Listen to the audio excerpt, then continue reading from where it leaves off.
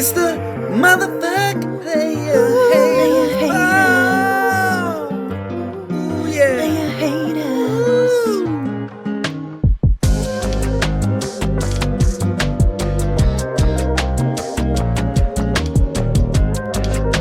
What's up, all you out there? Happy Monday to you and yours. Hope everybody had a good July 4th holiday. Enjoyed yourselves some fireworks. I've learned a little something over these years about fireworks, and that it's literally the same exact outcome every year. 2 times a year. You can guarantee you that fireworks are going to happen, and they're the same exact thing.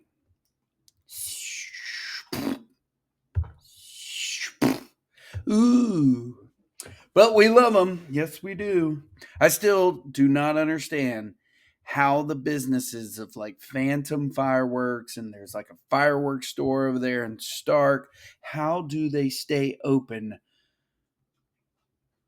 year round? They pay an employee. I mean, who's shooting off fireworks other than the 2 days a year? Somebody, anybody. I think it's a front for laundering shit. So let me know. Week 14 came and it went. And here are your scores and tally. By the way, I wanted to see if this will actually populate, but shout out to Walker for taking the videos and putting them into an AI generated thing. I thought that was pretty cool. So, AI, I'm talking about you. So, are you going to generate me talking about you in that? You self centered son of a bitch. Anyways, but yeah, thanks, Walker, for putting that together for everybody. Let's see, where do we want to start? You know what? Let's go into the family affair, if you will. Ray went to bed last night not believing me, and she went to bed not believing me about a couple of things, but one of the things that she didn't believe me about was that we would tie, based off of, well, she had Xander Bogaerts still playing, but based off of what I was looking like, it was looking like I was not going to be taking any OBP or average away from her. And I knew that I had a little phantom home run out there from one Spencer Steer with 2 ribbies. And yeah, that was nice, because she ended up, I guess, tying us, getting some more Xander Bogaerts. What did he get? Did he get a run last night? Yeah, you got a run. So, with that being said, that one home run and 2 ribbies, which I didn't really need the ribbies, but yeah, the home run and the run just gave me just enough to steal 4 of the 6 batting categories. And thankfully, my relief pitchers showed up. They showed up like in a big way in one day. So that was cool. And I thought it was funny that Reed Detmers in back-to-back games came in against Toronto in a tie game, 3-3, and never once did the Angels put it together for him to be able to get a win. So, but yeah, I think Ray's going to be slowly crawling her way out of the depths, and there's still enough time left, in my opinion, even though it is week 15, for her to be able to possibly make some noise. She's got some really good pitchers, man. I mean, Chris Bubich, Nathan Eovaldi, Shane Boz is now apparently Greg Maddux, Zach Wheeler, Edward Cabrera is doing really well. So yeah, 6-6 for Ray and I. And yeah, moving on. Trippin' Billies and Eric. This was a pretty close matchup. I said it would be good. Eric was able to get a big power surge, but man, when you only have like these solo shots, dude, it makes it just, I don't know. It's just not fun to just be like, "Yay, I got one home run." I literally you get a round trip around the bases, but you've honestly done nothing for me. But my gosh, Randy Arozarena, he must have, got some poo nanny or something for the week. And yeah, 6 home runs, 9 ribbies, though. That's what I'm saying. Only 9 ribbies. 6 home runs for the week, 9 ribbies. I bet they were like solo shot. Yep, solo yesterday, solo on the fourth, solo on the first. And I want to say he had a solo shot and then a 3-run home run on the 30th. I don't know why I know that, but I think I was watching that game. But Jerks and Profar, look at that. Homeboy came back, and it's not enough for Atlanta to do anything with it because they still suck donkey dicks. Yay. So we found out Max Fried is human after all, or at least Shane did. Shane has found out the last 2 games that Max Fried is human, and look at him. That ERA is just climbing. Still a good pitcher, but come on. Come on. Anyways, moving on. Well, not moving on. Shane was able to take the win 7-5. Keeping Eric a little bit down, but he is definitely, in case you guys haven't been paying attention, he's very optimistic about what's going to happen. I mean, he's got some big time names on his freaking thing. Like, one person that has been a huge letdown in the baseball world is Willem Contreras. He has just not put up the numbers that he did last year. Bryce Harper's come back. He's, Otto Lopez. Wait, why did I just say Otto Lopez? He just picked his ass up. Eugenio Suarez, best third baseman ever to play the position, according to Eric. Corbin Carroll comes back healthy, strikes out 5 times, goes 0 for 9. Not what you want. Mike Trout, Jackson Merrill, not living up to what he did last year either. But hey, he's got a resurgent Randy Arozarena and a wearing off from the good stuff, Jerks and Profar. He did get Brandon Woodruff back, and Brandon Woodruff said, "I've got the Miami ticket to success," as in all the pitchers that go to Miami have a pretty successful day against them. But yeah, Eric's just like Ray, trying to put it all together to get out of that bottom position. Benchwarmers took an L. Oh no. You get first place, and then you get brought back down to life. Jesus says, "You're in my spot." This was a close one. Batting stats were very close. 1 home run separated the 2 of these gentlemen.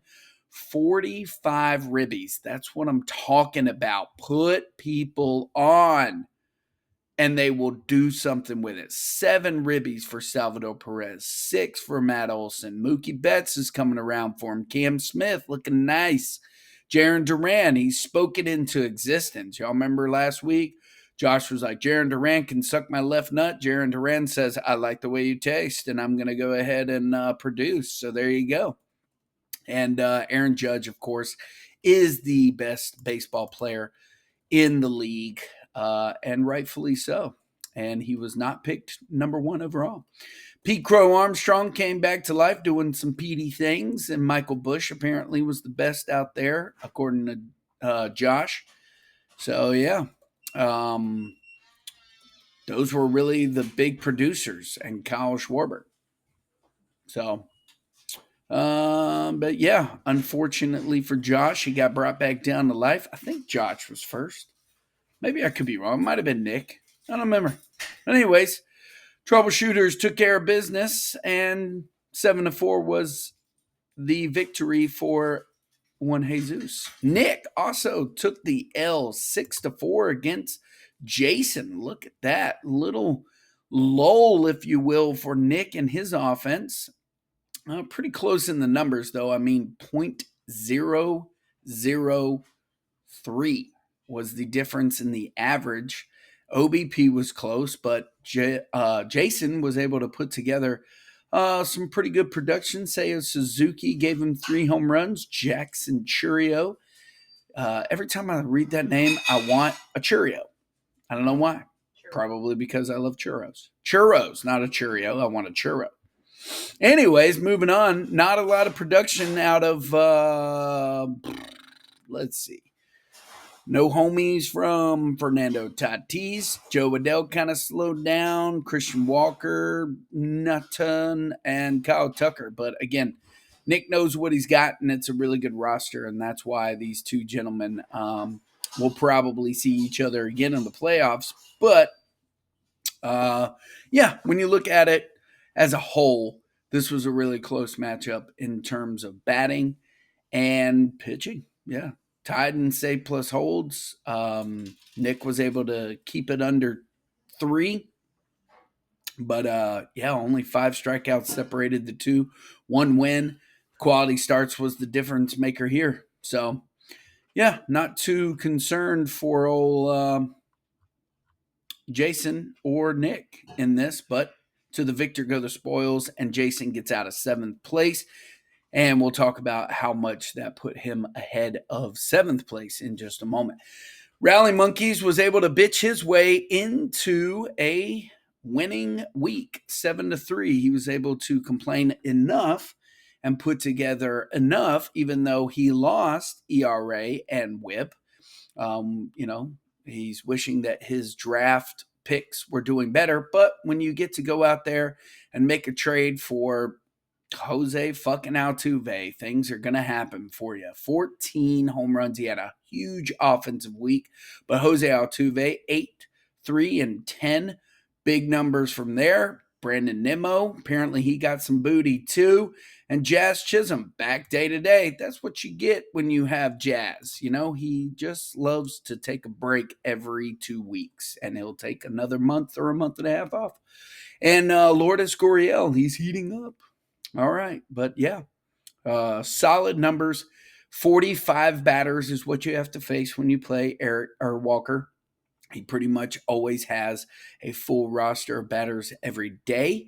Never complains about days off because he's always ready to go. And then he has pitchers like the best pitcher in baseball, Shohei Ohtani, the best at pitching 2 innings. And he will ride that wave and get that 0 ERA, face probably some of the worst batting lineups in baseball, and get you a couple of strikeouts. So if you need a few, that's it.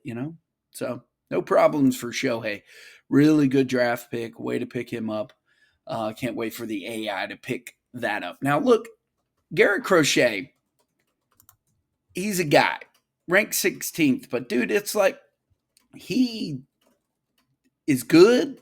He gets you a lot of strikeouts, but are they just swinging and missing? Because there are teams like Cincinnati and Washington, New York, obviously not bad, but I mean, this guy can get hit. He will give up something. And I don't know, I'm just saying. But, there you go. Spencer Strider is on the struggle bus, and, welcome to the Atlanta Braves season. You get the All-Star game, and that's it, because nobody is really talking about how good you're doing. Mandalorians was able to take down Brian 6-5. This one was an all Brian performance in the batting.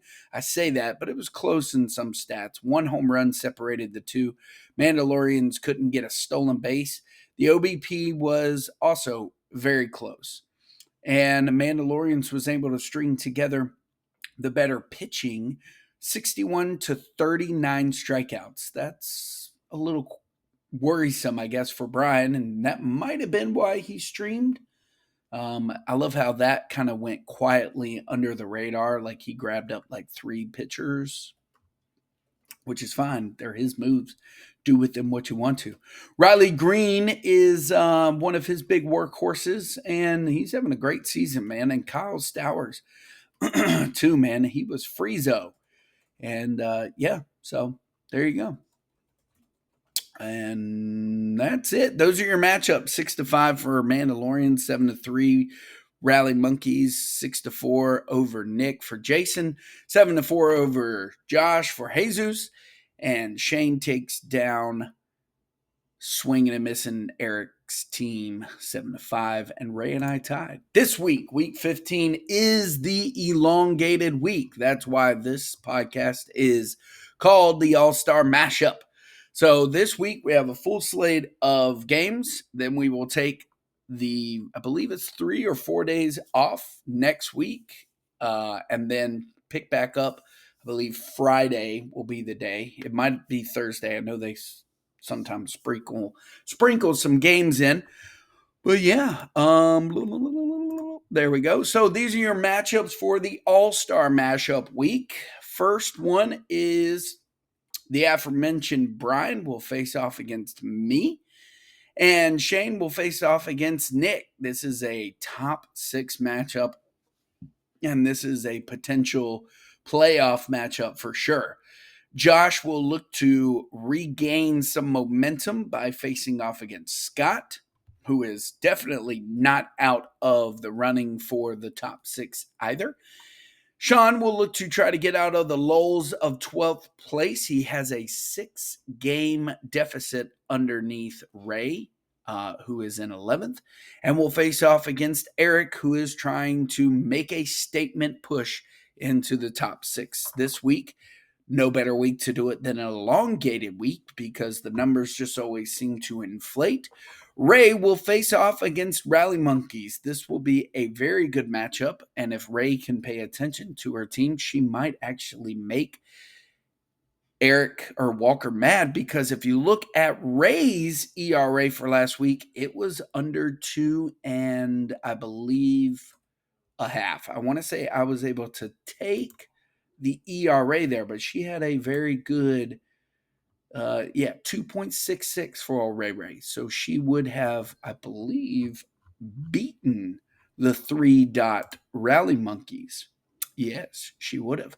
So let's see if the trend for best pitching continues for the opponents that Walker faces. And so Ray's looking to keep old Rally Monkeys down in the dump. And Jason will face off against Jesus. This is another top 6 matchup. So we've got 2 of them this week.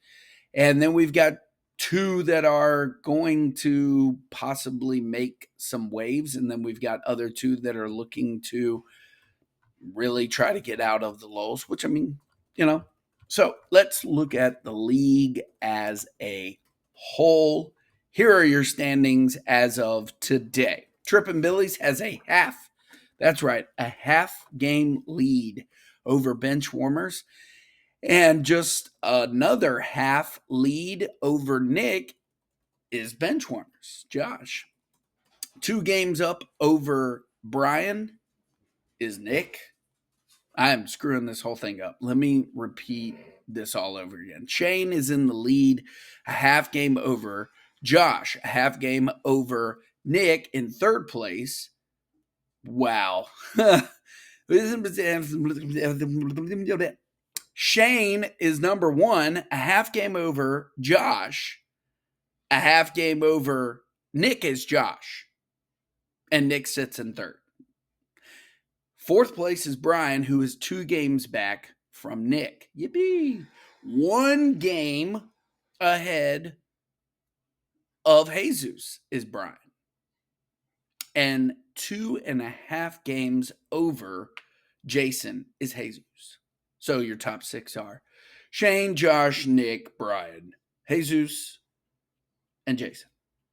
And only a half game back from 6th place is myself.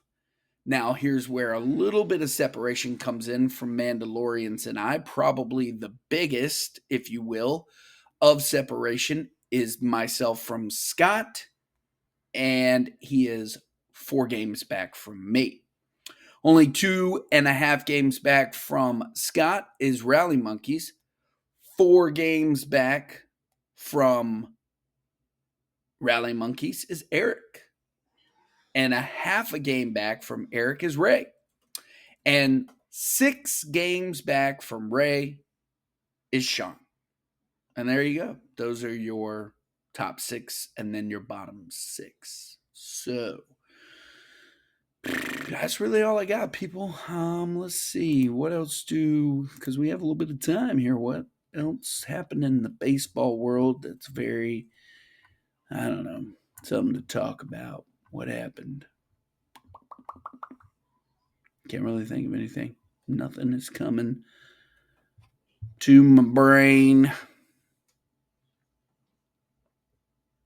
Thought I had something to talk about. I think I talked about the fact that I hate when position players come in. Oh, hey, congratulations to not that he'll ever see this ever, but Clayton Kershaw, 3,000. Um, I think I put in there the first K of his career was Skip Shoemaker. And then somebody that we will never remember except for that is that Vinny Capra. You could tell all signs were pointing towards the fact that he was going to stay out there to at least attempt to get those three, and it looked like he wasn't going to get that three. He struck out. The first one was Miguel Vargas, the former Dodger. And then, but I mean, I don't think he got a strikeout in the first two innings, and he was all over the place, all over the place. But yeah, congrats to Clayton Kershaw. Cool accomplishment. I think he's what was it? You guys said that he's one of 4 lefties to reach 3,000, which is kind of crazy, I guess. So yeah, that's all I really got. What is let's look at the all-star lineups. I'm kind of curious to see who's going to be there. MLB All-Star lineup 2025. There we go.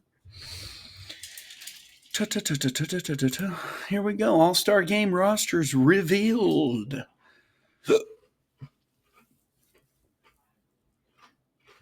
Let's go ahead and get the stupid ad. Yes, that's fine. That's fine. So the All-Star game starters for the National League: Ronald Acuna Jr., Pete Crow Armstrong, Kyle Tucker, Francisco Lindor, Ketel Marte, Freddie Freeman, Manny Machado, Shohei Ohtani, and Will Smith. The Dodgers obviously getting 3 there. And then for your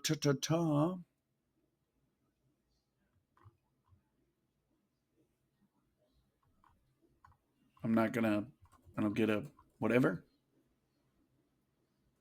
Oh, there we are. And then your American League starters: Cal Raleigh, Ryan O'Hearn, Vladimir Guerrero Jr., Gleyber Torres, Jose Ramirez, Jacob Wilson, Javier Baez, Riley Green, and Aaron Judge. Wow. I mean, there's some names in there like Gleyber Torres. Really? I mean, I guess. Has he been an all-star caliber player? And that Ryan O'Hearn, that's the best Baltimore Oriole you could send, is Ryan? Is it because he's just a DH? I don't know. I mean, I didn't vote. It's like one of the first years that I didn't vote. So I guess I can't really complain, right? Isn't that what we say? If you didn't vote. Here are your American League pitchers: Hunter Brown, Chris Bubich, Aroldis Chapman, Garrett Crochet, Jacob deGrom, Max Fried, Josh Hader, Yusei Kikuchi, Andres Munoz, Tariq Skubal, Shane Smith, and Brian Wu. Okay. And then for your National League pitchers: Jason Adam, Matthew Boyd, Edwin Diaz, Mackenzie Gore, Clayton Kershaw, a legend pick. Okay, I was like, Clayton has not been an all-star. Whatever. Freddie Peralta, Robbie Ray, Randy Rodriguez, Chris Sale. He won't be there. Paul Skeens, Logan Webb, Zach Wheeler, Yoshinobu Yamamoto. Did y'all know Zach Wheeler has never won a Cy Young? That's pretty crazy. I bet he will this year. That boy's been pitching pretty damn good. So, yeah. Then there are reserves for the American League: Alejandro Kirk. And for the National League, Hunter Goodman. Those are your catchers. For your infielders, Jonathan Aranda, Alex Bregman, he won't be there. Jazz Chisholm, I doubt he's going to be there. Brandon Lau, Jeremy Pena, and Bobby Witt Jr. Wow. Okay. And then for the National League infielders, Pete Alonso, Ellie De La Cruz, Brendan Donovan, Matt Olson, and Eugenio Suarez. And then for your outfielders for the American League, Byron Buxton, Stephen Kwan, and Julio Rodriguez. And then for the National League, Corbin Carroll, Kyle Stowers, Fernando Tatis, and James Wood. Why does the American League only get 3? Huh. And then designated hitter Brandon Rooker and Kyle Schwarber. Okay. There you go. Hope you guys enjoyed that little segment. It's not like you couldn't have Googled it yourself, but whatever. Maybe you didn't know that you had a player that was an all-star. I don't know. I didn't know I had a few. Anyways, there you go. That is it. I'm going to call it quits. Have yourself a great week. I really think that that's it. Was that it? Have I said anything else there, wifey? I don't think so. I don't think so. I don't think we have anything on baseball. All right. It's the mother